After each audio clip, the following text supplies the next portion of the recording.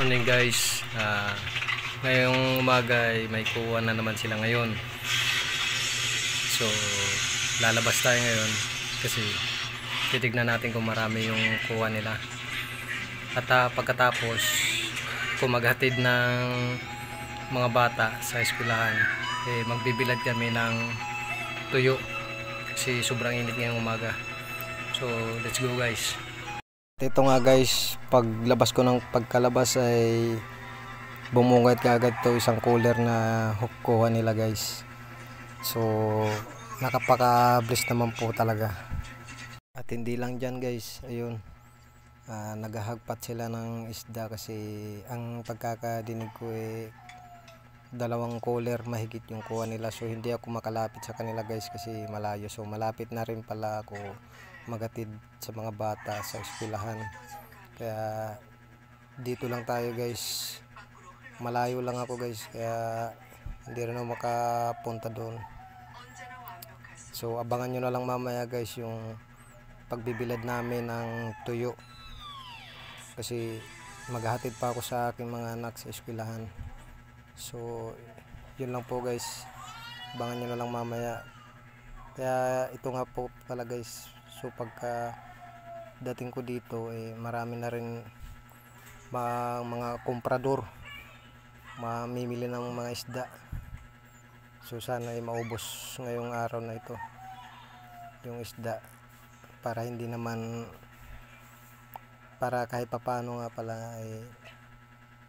maaga pa lang makuha na, maubos na yung ititinda na isda. So binidyohan ko nga rin pala dito sila Manong kasi may panibagong na naman silang pokot o sa Tagalog lambat, kaya ginagawa pa lang nila yan.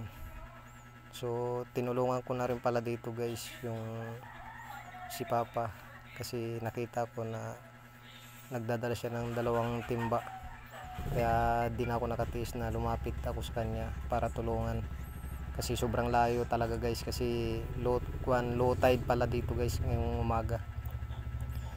So ayan, pinapakita ko po sa inyo guys yung mga tanawin dito sa amin sa Negros Oriental. Shoutout nga pala sa mga taga Negros, sa mga mananagat. So yun nga po guys,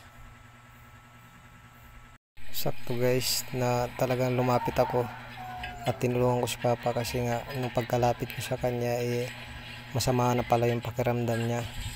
Hindi ko alam kung sa kinain niya o nagugutom lang siya, kaya di na ako nagdalawang isip na tumulong sa kanya.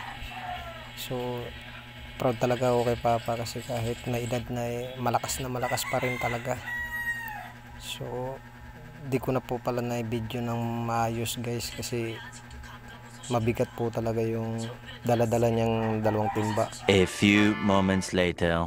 Yun nga guys, natawa na lang ako kasi pagka tapos ko magatid sa aking mga anak sa eskwelahan, di na pala ako inantay ni Papa. So sila na po ang nagbilad ng tuyo. So akala ko kasi aantayin pa ako ni Papa kasi sabi niya magbibilad kami ng tuyo. So kailangan po talaga kasi ibilad na to kasi sobrang init talaga, kaya di na pala ako inantay nila Papa, kaya binidyohan ko na lang po itong na bilad namin na tuyo kasi sobrang dami talaga yung kuha nila nung nakarang araw guys. Nagkilaw nga pala sila Manong. Ayan po guys, hindi pa pala dyan natatapos yung video natin. So may shoutout tayo from Bataan. So shoutout nga pala dito kay Triplinit ng Bataan. Shoutout nga po pala sa mga taga Bataan dahil meron tayong mga kamag-anak dyan sa Bataan sa may Morong. So sana suportahan niyo po ang kanilang YouTube channel guys. So napaka bless talaga po, talaga idol sa inyo kasi kayo pa lang po yung kauna-unahan kong nag-request ng shoutout. So maraming salamat sa inyo guys, idol. So sana mag-ingat po kayo dyan sa Bataan. So sana suportahan niyo po yung YouTube channel nila guys. Maraming salamat Sana ngayong December maka-unlock tayo ng 1,000k subscriber. So hanggang dito lang po guys yung YouTube channel natin, ay YouTube video. So salamat guys.